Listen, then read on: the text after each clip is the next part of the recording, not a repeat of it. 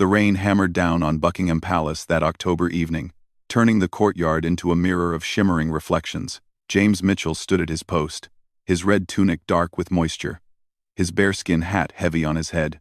28 years old, 6 feet 2 inches of trained muscle, he had served as a Queen's Guard for 5 years.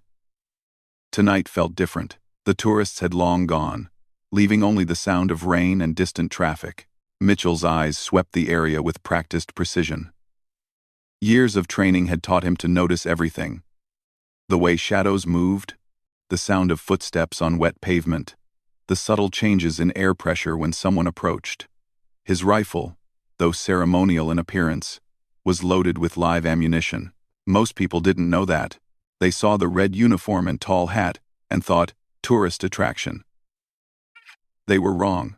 A figure emerged from the darkness near the palace gates. Mitchell's muscles tensed imperceptibly. The man wore a long coat, collar turned up against the rain. His movements were too purposeful, too direct. This wasn't a lost tourist or a curious local. The man's right hand stayed hidden in his coat pocket. "Stop where you are," Mitchell commanded, his voice cutting through the rain. The ceremonial nature of his position didn't mean he couldn't speak when security was at stake. The stranger kept walking. Now Mitchell could see his face. Gaunt, unshaven, with eyes that held a desperate intensity. The man was 40 feet away, then 30, then 20. Mitchell's training kicked in. He shifted his weight slightly, ready to move. "This is your final warning," Mitchell said, louder now. His grip on the rifle adjusted minutely. Other guards would have noticed by now. Cameras were recording everything. Protocol demanded he maintain position unless directly threatened. The man stopped 10 feet away. His hand emerged from his pocket, and Mitchell's world narrowed to a single point of focus. The black steel of a pistol, aimed directly at his head. "Don't move," the stranger said, his voice shaking. "I need to get inside. I need to see her." Mitchell's mind raced through 1,000 calculations in a second. The man's hand trembled. Amateur. Desperate. Dangerous. The palace behind him contained members of the royal family. His duty was clear. Protect them at all costs. But a gun to his head complicated things. "Sir, lower your weapon," Mitchell said, his voice steady as granite. "Whatever you're planning, it won't work. This place is surrounded by security you can't even see." The man laughed, a broken sound. "You think I care? You think I have anything left to lose?" He stepped closer, the gun now inches from Mitchell's forehead. "My daughter is dying. The treatment she needs costs more than I'll make in 10 lifetimes. But he jerked his head toward the palace, she could save Emily with pocket change." Mitchell processed this information while maintaining absolute stillness. A desperate father. That made him unpredictable. More dangerous in some ways than a trained assassin. "I understand you're in pain," Mitchell said carefully, "but this isn't the way. Lower the gun, and we can talk about getting help for your daughter." "Talk?" The man's eyes blazed. "I've tried talking. I've written letters. I've gone through proper channels. No one listens to people like me." His finger tightened on the trigger. "But they'll listen now. When a royal guard dies on duty, they'll have to listen." Mitchell saw the man's resolve hardening. In 5 seconds, maybe less, this situation would explode into violence. The cameras were watching. Other guards were certainly moving into position, but none of that would matter if this man pulled the trigger. What happened next would become legend in the Queen's Guard. Mitchell moved with a speed that seemed impossible for a man standing at attention. His left hand shot up, pushing the gun barrel up and away from his head just as the man's finger squeezed. The shot rang out, deafeningly loud in the courtyard, the bullet flying harmlessly into the rain-soaked sky. In the same fluid motion, Mitchell's right elbow drove into the man's solar plexus. The stranger doubled over, gasping. The gun fell from nerveless fingers, clattering on the wet stones. Mitchell kicked it away and had the man on the ground, face down, arms behind his back, before the echo of the gunshot faded. "Stay down," Mitchell commanded, though the fight had clearly left his attacker. The man sobbed into the pavement, all his desperation dissolving into despair. Footsteps pounded across the courtyard as other guards converged on the scene. In seconds, they had formed a protective perimeter. Someone radioed for police and medical support. Through it all, Mitchell maintained his hold on the would-be attacker, professional to his core. "My Emily," the man whispered between sobs. "She's only 7. She likes to draw butterflies. She wants to be a teacher when she grows up." If she grows up? Mitchell felt a twist in his chest but didn't loosen his grip. Duty came first. Always. But he was human too. Under the uniform and training, the police arrived in a blur of blue lights and sirens. As they took custody of the attacker, one officer looked at Mitchell with obvious respect. "That was incredible. How did you move so fast?" Mitchell straightened his uniform and retrieved his rifle. "Training, sir. Years of training. But the night wasn't over." As the police led the man away, a black car pulled into the courtyard, the rear window rolled down, and Mitchell found himself face to face with someone he never expected to see outside the palace walls at this hour. "Guardsman Mitchell," the voice said. "I saw everything on the security monitors. We need to discuss what just happened. And more importantly, what happens next." Mitchell snapped to attention, rain still streaming down his face. The real test of this night was just beginning. The interior of the palace was a stark contrast to the chaos outside. Mitchell followed his escort through carpeted corridors lined with portraits of past monarchs. His wet boots, leaving faint marks despite his careful steps. He had been inside the palace before, but never like this, summoned directly after an incident, still in his rain-soaked uniform. The escort stopped at a heavy wooden door. "Wait here," he said, disappearing inside. Mitchell stood at attention. His mind replaying the confrontation, the man's desperate face haunted him. A father trying to save his daughter. Mitchell understood duty and sacrifice. But what would he do in that man's position? The door opened. "Enter," came the command. The room beyond was smaller than Mitchell expected, a private study rather than a grand reception hall. Behind an antique desk sat a figure he recognized but had never spoken to directly. The security monitors on the wall showed multiple angles of the courtyard where the incident had occurred. "Guardsman Mitchell," the figure said, gesturing to a chair. "Please, sit. You've had quite an evening." Mitchell hesitated. Sitting while in uniform felt wrong. "With respect, I prefer to stand." A small smile. "As you wish. Tell me, guardsman, what did you think of our visitor's story? About his daughter?" The question surprised Mitchell. He had expected discussions of protocol, security failures, perhaps even criticism. I believe he was telling the truth about his daughter's condition. His desperation was real. "Indeed, we've already verified his claims. Emily Harrison, 7 years old, diagnosed with a rare genetic disorder. The experimental treatment available in Switzerland costs approximately £2 million. Her father, David Harrison, works as a mechanic. His wife died 2 years ago, cancer.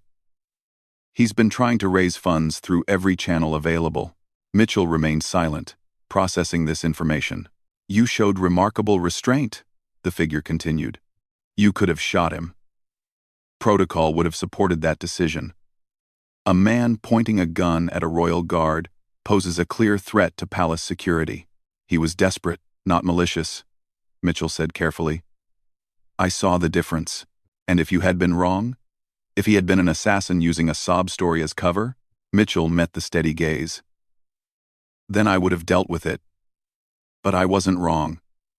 The figure stood and walked to the window, looking out at the courtyard where police lights still flashed. "Do you know why the Queen's Guard exists, Mitchell? Beyond the obvious ceremonial purposes? To protect the royal family and the palace grounds. Yes, but it's more than that. You represent something. Stability. Continuity. The idea that no matter how chaotic the world becomes, some things endure. When people see you standing there in your red coat and bearskin hat, they see centuries of tradition. They see strength that doesn't need to prove itself with unnecessary violence. The figure turned back to face him. Tonight, you embodied everything the guard represents. You protected without destroying. You showed strength through restraint.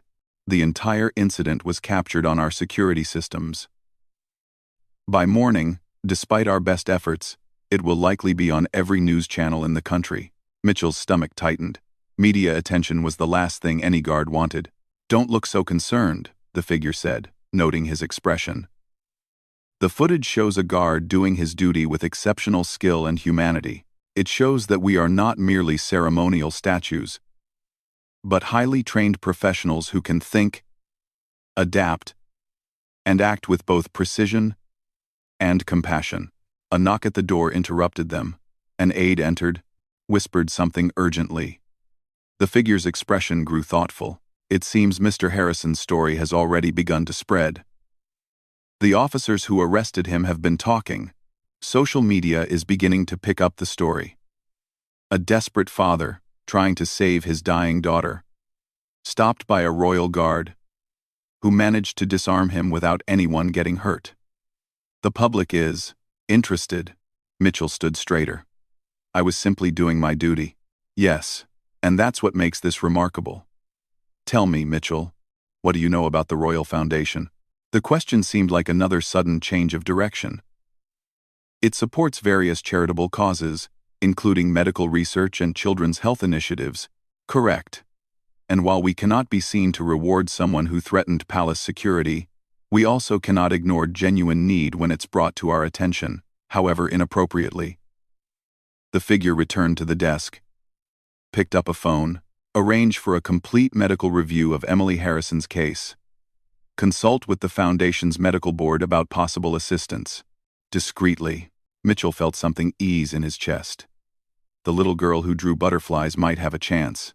Now, the figure continued after hanging up. We need to discuss what happens next. The media will want to know about the guard who stopped an armed intruder without firing a shot.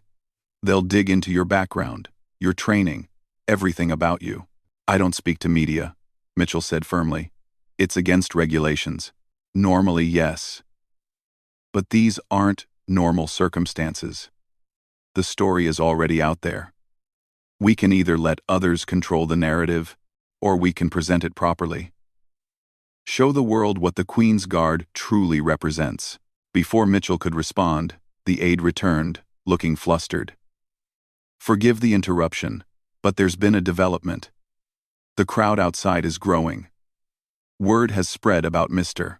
Harrison's daughter. They're calling Guardsman Mitchell a hero. They want to see him.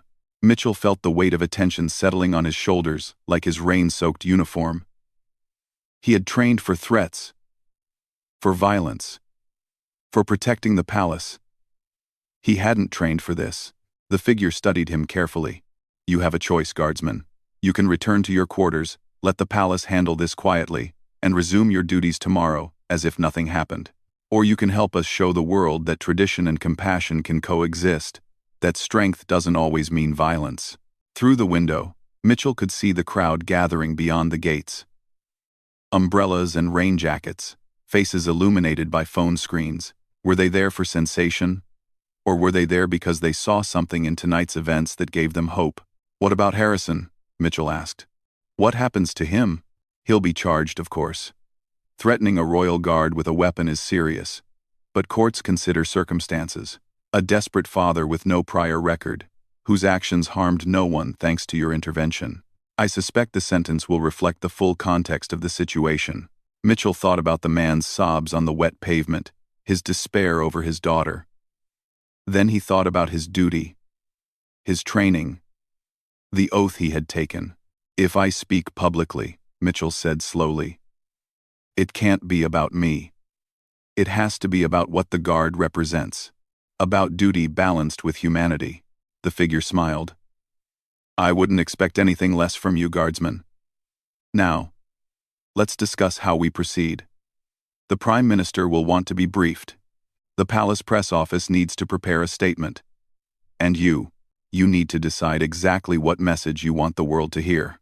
As Mitchell stood in that study, rain still dripping from his uniform, he realized that the hardest part of the night wasn't facing down an armed man. It was what came next, standing up not just as a guard, but as a symbol of something larger. The real test of his training was just beginning. 3 weeks after the incident, James Mitchell stood in a London hospital corridor, out of uniform and feeling strangely vulnerable in civilian clothes. Through the window of the pediatric ward, he could see her. Emily Harrison, 7 years old, propped up in bed with a sketchbook in her lap. She was drawing butterflies. Just as her father had said, the media storm had been intense but brief. The palace had managed it with typical precision. Mitchell had given exactly one interview, carefully scripted, where he spoke about duty, training, and the importance of proportional response. He never mentioned the little girl or her father's specific plight that would have violated David Harrison's privacy, but the public had connected the dots anyway. What followed was unexpected. A crowdfunding campaign for Emily's treatment had exploded across social media. Butterflies for Emily, they called it. In 72 hours, they had raised enough for her treatment, and then some. The Royal Foundation, working behind the scenes, had matched the public donations and arranged for the best specialists to review her case. "She's a fighter," a voice said behind him. Mitchell turned to find David Harrison approaching, looking like a different man than the desperate figure in the rain. He was clean-shaven, wearing a neat sweater, but his eyes carried the weight of what he'd done. Mitchell tensed slightly, unsure of the protocol for meeting someone who had held a gun to his head. "I'm not supposed to be here," Harrison continued. "Bail conditions. But my lawyer got special permission for me to visit Emily before she goes to Switzerland tomorrow." He paused, struggling with words. "I need to thank you." "You pointed a gun at me," Mitchell said quietly. "I know. And I'll pay for that. 3 years, my lawyer thinks. Maybe less with good behavior. But Emily will be alive when I get out. That's all that matters." Harrison's voice cracked slightly. "You could have killed me. Most would have. Instead, you gave my daughter a chance. I hope." Mitchell looked back at the little girl, watched her add careful purple wings to a butterfly. "I have a daughter too," he said, surprising himself with the admission. "She's 4, lives with her mother up north. I see her once a month when duties allow." Harrison nodded, understanding passing between them. Two fathers in an impossible world, making different choices to protect their children. "The press made you famous," Harrison said. "The guard who chose mercy over protocol." "I followed protocol," Mitchell corrected. "Neutralized the threat with minimum necessary force. You're alive. No one was hurt. And the palace remained secure. That's textbook. But the textbook doesn't include what happened after.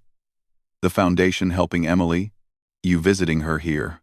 Mitchell had indeed visited twice before, quietly, making sure no media caught wind of it. The first time, Emily had been too sick to do more than smile weakly.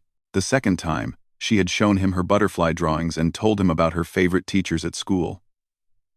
She didn't know he was the guard from that night. To her, he was just Mr. James, a friend of her father's who liked her artwork. "Can I ask you something?" Harrison said. "That night, when I had the gun on you, what were you thinking?" Mitchell considered the question. The truth was complex. Training had taken over, muscle memory, and conditioned responses. But underneath that, he had been thinking about duty and choice. About the difference between what you can do and what you should do. "I was thinking that desperate people do desperate things," he said finally. "And that if I could end it without bloodshed, that was the outcome worth fighting for." A nurse appeared in the doorway. "Mr. Harrison, Emily's asking for you." Harrison started forward, then stopped. "Will you come in? She'd like to meet you properly. I've told her you're one of the palace guards who keeps the queen safe. She's quite impressed." Mitchell hesitated. This was far outside any protocol he knew. But then again, so was everything about this situation.